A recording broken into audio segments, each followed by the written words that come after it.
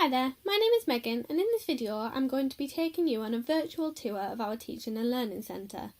We're really sad that you aren't going to be able to visit us in person for our open days this year, but we're hoping that our virtual content might be the next best thing. I'm going to show you some pictures and a video of inside of the Teaching and Learning Centre to show you some of the facilities and what it gives to our students. So we're very aware that when studying, students like to be able to study somewhere other than in their room. When I was at university, this is something that was really important for me, as I like to be able to pack up my work and take it somewhere other than my living space. Although working in your room does work for some students, we were finding that we had an increase in demand to create more study space. And so in 2019, the Teaching and Learning Centre opened, and it has state-of-the-art facilities. It's a £40 million development located on the Lower Mountjoy site, so it's really well situated and also really well equipped. On the bottom floor of the Teaching and Learning Centre, you will find lots of tables and areas for studying, but alongside that you will also find an incredible cafe called Zing Kitchen, which you can see in the background of this picture here. This offers a wide variety of delicious and healthy food, so it means that you can study for the whole day and have somewhere to go for lunch that is right there. Having something like this always made my life slightly easier and meant if I didn't have time to make something for lunch or stop at a shop, I didn't have to worry about walking back to my house or somewhere else to get food and risk losing my motivation. Zing Kitchen is also Durham's first cashless cafe, so you don't even need to worry about carrying cash, and it makes the service much faster to save you having to wait around.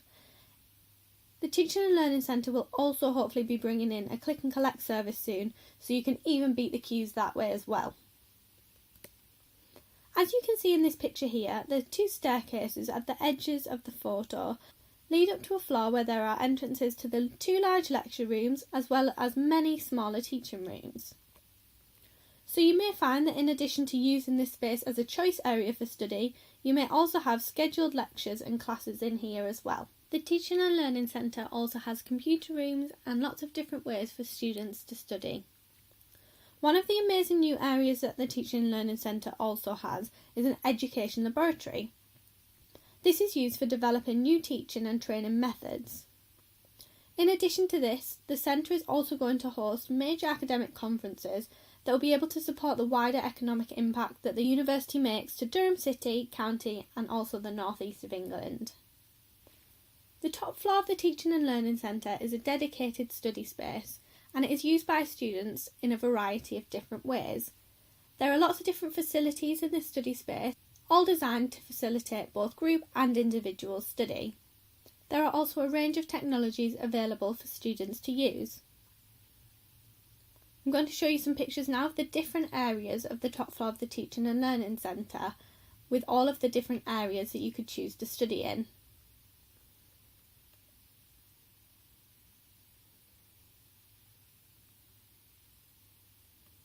I spoke to some current students to ask them about the Teaching and Learning Centre and find out what they thought about it.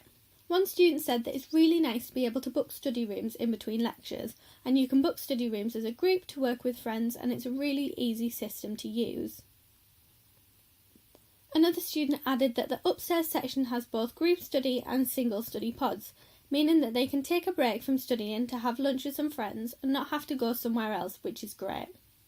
And also the tutorial classrooms and lecture theatres can be booked by societies and so are often used for meetings, drama rehearsals and speakers. One important point that was highlighted by a current student was that they loved how it's such a light space to be in with all of the windows and the skylights. And I think as you can see in this picture, it's a really light and airy space to study in. They said that they thought it was great that there's such a range of study spaces and it's such a convenient place because you can be studying in a study pod and then have a meeting about organising a society event in the group study section without even having to leave the building. I think one really good point that was highlighted by another student is that there are different types of study space, so it's a great place for both focused studying and more relaxed group work. This means that whatever you feel works best for you, you'll be able to find a space to do this successfully within the Teaching and Learning Centre. The student added that personally they like working in the individual study booths whenever they have deadlines, as they really help you to focus and there aren't any distractions, and they also said that the cafe is good for treats too.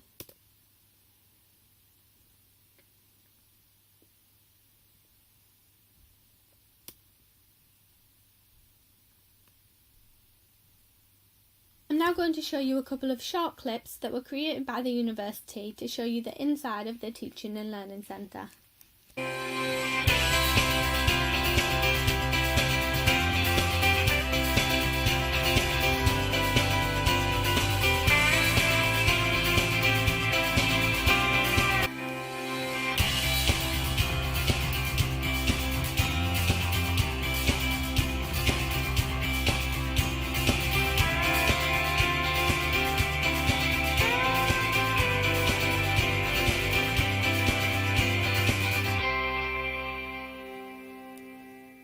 Thank you for watching.